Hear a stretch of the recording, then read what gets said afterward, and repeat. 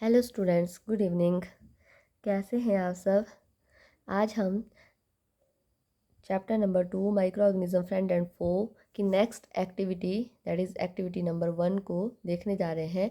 इससे पहले हमने microorganism as our friend start किया था, जिसमें हमने use in food that is curd and cheese formation, fermentation process in bakery and alcoholic beverages देख लिए थे। ओके, आई होप सबको समझ आ गया होगा। तो ये जो एक्टिविटी है, एक्टिविटी नंबर 1, इसमें हमने क्या देखेंगे हम इसके अंदर। तो स्टार्ट करते हैं। सबसे पहले तो आपने जो है 5 बीकर लेने हैं और उनको आपने लेवल करना है ABC और E, ABCDE। ओके, फिर आपने उसके अंदर जो है हर एक बीकर के अंदर जो है 200 मिलीलीटर ऑफ मिल्क डालना है, पाँचों बीकर के अंदर। और फिर आपने उनको हीट करना है और डिफरेंट टेम्परेचर के ऊपर, ठीक है। जैसे यहाँ पे बिकर दिए हुए हैं ना, ABCDE, इस तरीके से उनके ऊपर लिखना है और डिफरेंट टेम्परेचर जो है उनको देना है। जो पहला बीकर होगा, ए बीकर, जिसके अंदर आपने 200 मिल्क डाला है, उसमें उसको आपने 40 डिग्री सेल्सियस के ऊपर जो है गर्म करना है।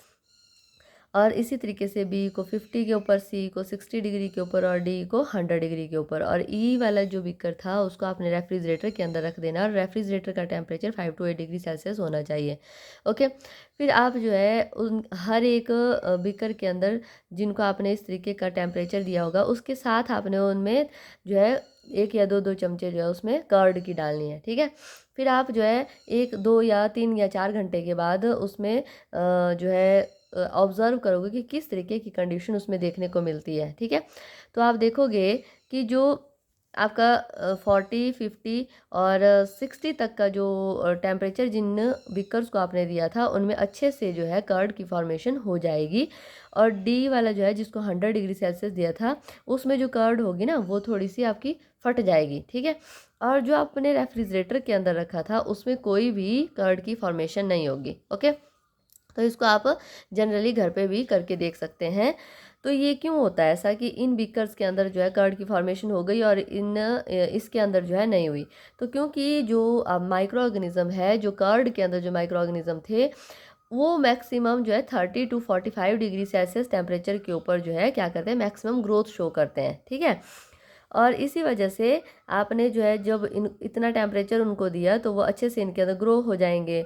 अगर आपने जो कर्ड है, मिल्क जो जिसमें कर्ड डाली हुई थी, उसको रेफ्रिजरेटर के अंदर रखा, तो उसमें जो है कोई भी कर्ड की फॉर्मेशन नहीं होगी। क्यों नहीं होगी? क्योंकि लो टेम्परेचर के ऊपर माइक्रो ऑर्गेनिज्म जो है ग्रो नहीं कर पाते हैं। ओके, अब जो मिल्क है, मिल्क में जो कर्ड बनती है वो किस तरीके से बनती है, क्या होता है मिल्क के अंदर? ऐसा मिल्क का जो टेस्ट होता है वो स्वीटिश होता है, क्योंकि उसमें एक शुगर प्रेजेंट होती है जिसका नाम है लैक्टोज। क्या नाम है? लैक्टोज। और लैक्टोबैसिलस जो है, जो बैक्टीरिया है ना दूध के अंदर होते हैं, उनका नाम है लैक्टोबैसिलस, ठीक है। और वो इस जो लैक्टोज शुगर होती है उसको कन्वर्ट कर देते हैं लैक्टिक एसिड में। किस में कन्वर्ट कर देते हैं? लैक्टिक एसिड में। और the longer you leave the curd at room temperature, जितने ज़्यादा लंबे समय तक आप उस दूध को या दही को आप रूम टेम्परेचर के ऊपर रखोगे, तो वो जो आपका कर्ड है वो खट्टा हो जाएगा, ठीक है। क्यों हो जाएगा? बिकॉज उसमें ग्रोथ जो होती है बैक्टीरिया की, वो ज़्यादा से ज़्यादा हो जाएगी और वो ज़्यादा से ज़्यादा लैक्टिक एसिड प्रोड्यूस करेंगे। ओके, तो ये थी आपकी एक्टिविटी 1। इसमें आपने क्या देखा कि जो बैक्टीरिया होते हैं, दूध के अंदर जो बैक्टीरिया होते हैं, उनको maximum 30 to 45 degree Celsius temperature चाहिए होता है मैक्सिमम ग्रोथ के लिए। ओके, समझ आ गया सबको?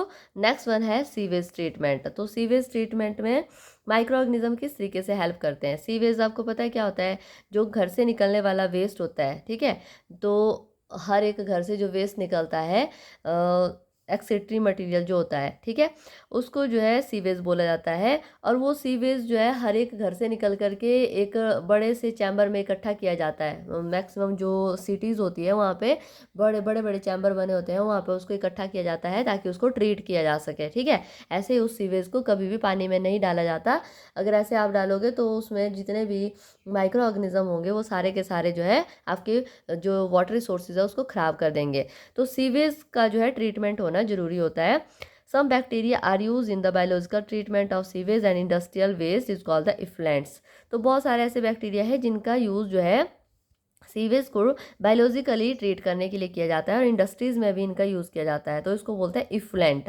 ठीक है, और ये जो प्रोसेस होता है that is called the bioaugmentation. Bioaugmentation का मतलब होता है माइक्रो ऑर्गेनिज्म को उस सीवेज के ऊपर ग्रो करवाया जाता है। ठीक है, सीवेज के ऊपर ग्रो कराया जाता है ताकि वो उस सीवेज को अच्छे से खा सके और उसको कन्वर्ट कर सके यूजफुल प्रोडक्ट में। Okay, next one is the importance in human health. तो इम्पोर्टेंस क्या है इन माइक्रो ऑर्गेनिज्म की ह्यूमन हेल्थ में? बहुत सारे माइक्रो ऑर्गेनिज्म जो होते हैं present in the alimentary canal of the some animals like cow help in the digestion and absorption of food and the bacteria present in our large intestine help in the bowel movement. तो जितने भी बहुत सारे micro organism ऐसे हैं जो हमारी body के अंदर एलिमेंट्री कैनाल में रहते हैं, और जो काऊ है उसके एलिमेंट्री कैनाल में भी रहते हैं। ठीक है, और वो क्या करते हैं, डाइजेशन में भी हेल्प करते हैं और साथ में जो डाइजेस्टेड फूड होगा ना उसको एब्जॉर्ब करने में भी हेल्प करते हैं।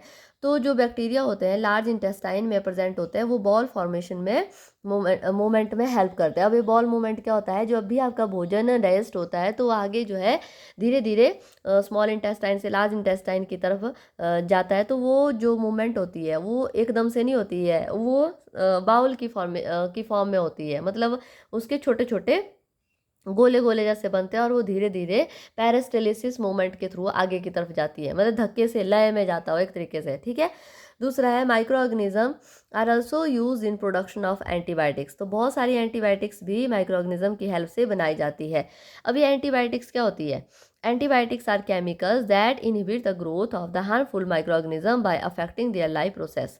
तो बेसिकली एंटीबायोटिक्स जो है केमिकल ही होते हैं। ठीक है, जो कि किसी भी माइक्रो ऑर्गेनिज्म की हार्मफुल माइक्रो ऑर्गेनिज्म की ग्रोथ को इनहिबिट का मतलब रोक देते हैं, और वो जो हमारी लाइफ को जो है अफेक्ट करते हैं। ऐसे माइक्रो ऑर्गेनिज्म जो हमारी लाइफ को अफेक्ट करेंगे उनकी ग्रोथ को रोकने के लिए हम जो केमिकल यूज़ करते हैं उनको बोलते हैं एंटीबायोटिक्स। ओके, एग्जाम्पल है पेनिसिलिन। पेनिसिलिन एक एंटीबायोटिक है जिसको हम एक फंगस से ऑब्टेन करते हैं, उस फंगस का नाम है पेनिसिलम नोटेटम। ठीक है, ये इसको अंडरलाइन करना है, बहुत इंपॉर्टेंट है, क्वेश्चन बनता है यहाँ से कि कौन सी एंटीबायोटिक पेनिसिलिन नोटेटम से निकलती है या फिर पेनिसिलिन कौन से फंगस से निकलती है। ठीक है, penicillin Penicillium notatum that is obtain that produce the penicillin. Okay, next one is the streptomycin, tetracycline and erythromycin. These are the some antibiotics obtained from the fungi and bacteria. तो ये streptomycin है, tetracycline है, erythromycin है, ये भी कुछ ऐसी antibiotics है जिनको हम फंजाई या बैक्टीरिया से ऑब्टेन करते हैं। ठीक है, जब आप मेडिकल स्टोर से कभी मेडिसिन लाते होंगे तो उनके ऊपर कुछ इस तरीके से नाम लिखे होते हैं। ठीक है, आगे वाला जो नहीं होता उस पर इनका जो सर नेम होता है वो पीछे से वैसा ही होता है। तो आप समझ जाना कि इसमें जो है फंजाई या बैक्टीरिया से ऑब्टेन या फिर ये एंटीबायोटिक्स है। Okay, antibiotics are extremely effective in treatment of various microbial infection disease like tuberculosis cholera. तो एंटीबायोटिक्स का यूज़ किया जाता है इन डिजीज से बचने के लिए। कौन सा? ट्यूबरक्लोसिस जिसको टीबी बोलते हैं, और कोलेरा जो खांसी जुकाम होता है ना कफ वाला, तो उसको रोकने के लिए एंटीबायोटिक्स का यूज़ किया जाता है। हाउएवर जो एंटीबायोटिक्स है that should be taken only on the advice of qualified doctor and that too only in the prescribed doses and for the prescribed duration। तो हमेशा एंटीबायोटिक्स को डॉक्टर की सलाह से लेना चाहिए और जितने टाइम तक उन्होंने बोला होता है उतने टाइम तक ही लेना चाहिए, और जितने डोजेज उन्होंने दिन में दी होती है उतनी ही लेनी चाहिए। क्यों?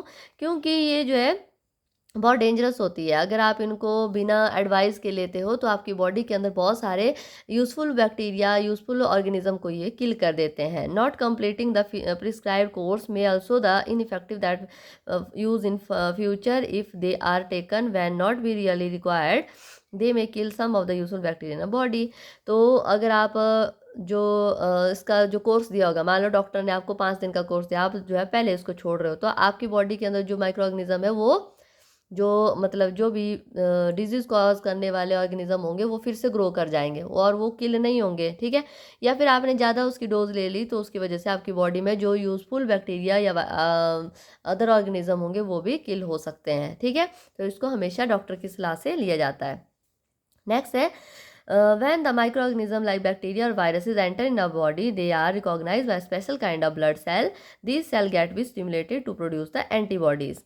तो जब भी आपकी बॉडी में माइक्रो ऑर्गेनिज्म जो है, वायरस हो गया, बैक्टीरिया हो गया, कोई एंटर करता है ना, तो उस टाइम आपकी बॉडी में कुछ स्पेशल टाइप के सेल होते हैं, ब्लड के अंदर सेल होते हैं जिनको वाइट ब्लड सेल होते हैं बोलते हैं, वो स्टिमुलेट हो जाते हैं, मतलब वो एक्टिव हो जाते हैं और वो एंटीबॉडीज़ बनाते हैं, ठीक है।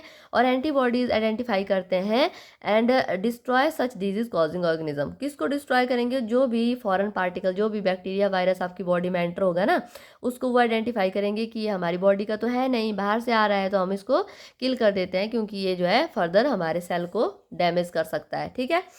During this process, the body remember the type of microorganism. If the same microorganism enter the body again, it get be recognized and destroy much faster. और ये जो एंटीबॉडीज बनती है ना, ये बहुत ही शातिर होती है एक तरीके से, ठीक है, क्योंकि ये याद रखती है उस माइक्रोऑर्गेनिज्म के टाइप को कि किस तरीके का माइक्रोऑर्गेनिज्म आपकी बॉडी के अंदर एंटर हुआ था, और ये जो है अदर एंटीबॉडीज उसके खिलाफ तैयार रखती है। कभी फर्दर दूसरी बार वो माइक्रो ऑर्गेनिज्म आपकी बॉडी में एंटर कर गया तो ये फटाफट से उसको मार देती है। This is called the immunity. तो उस प्रोसेस को क्या बोलते हैं? इम्यूनिटी।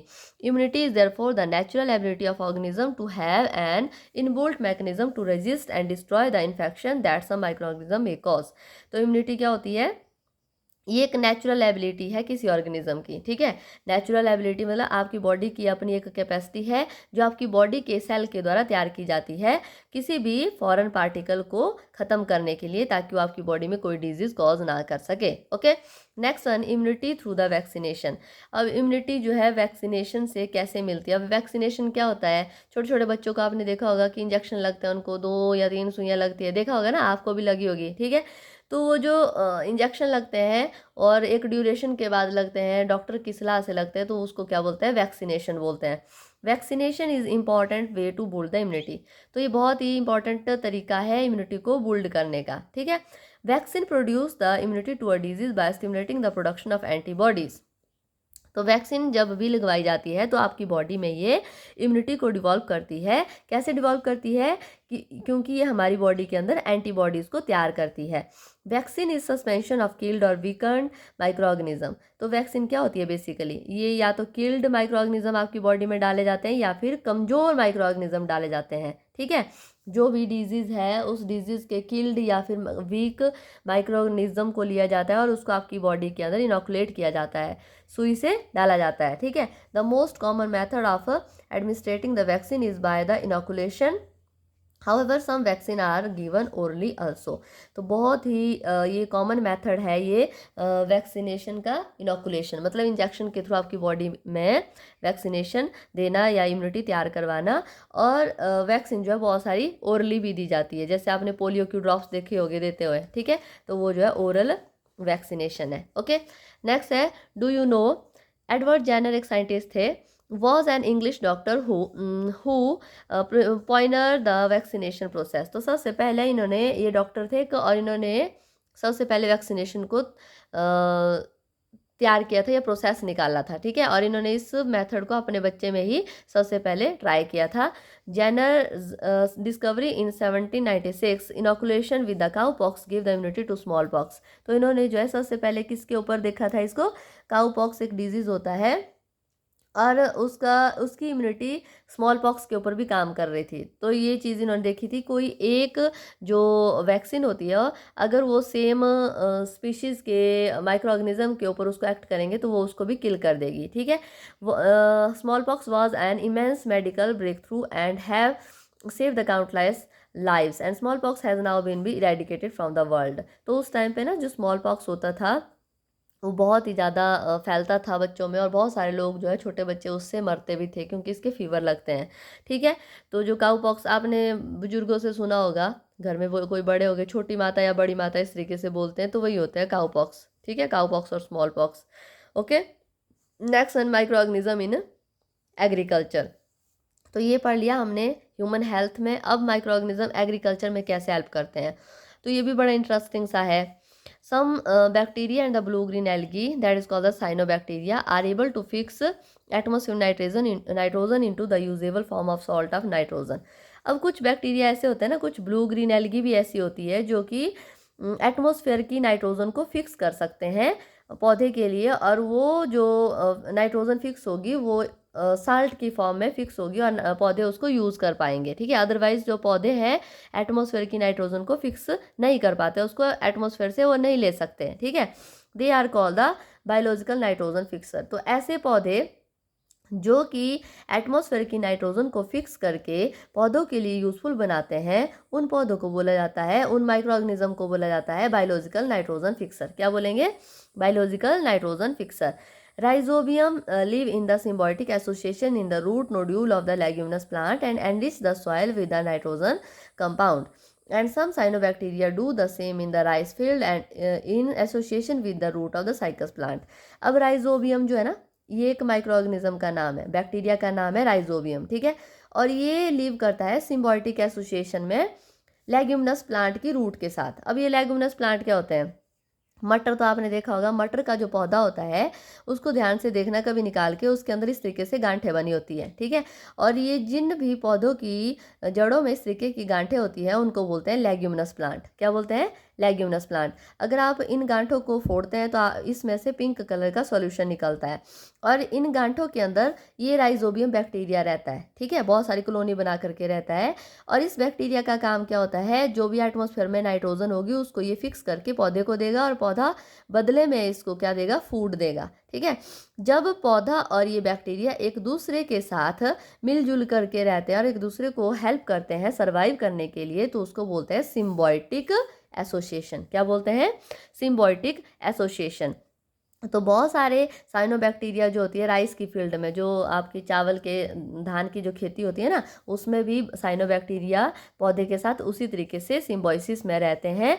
और साइकस एक प्लांट होता है, उसकी रूट के साथ भी साइनोबैक्टीरिया रहता है ताकि वो उसको हेल्प कर सके। ओके, तो ये हो गया आपका micro organism in agriculture. Okay, now इससे आगे हम नेक्स्ट क्लास में करेंगे।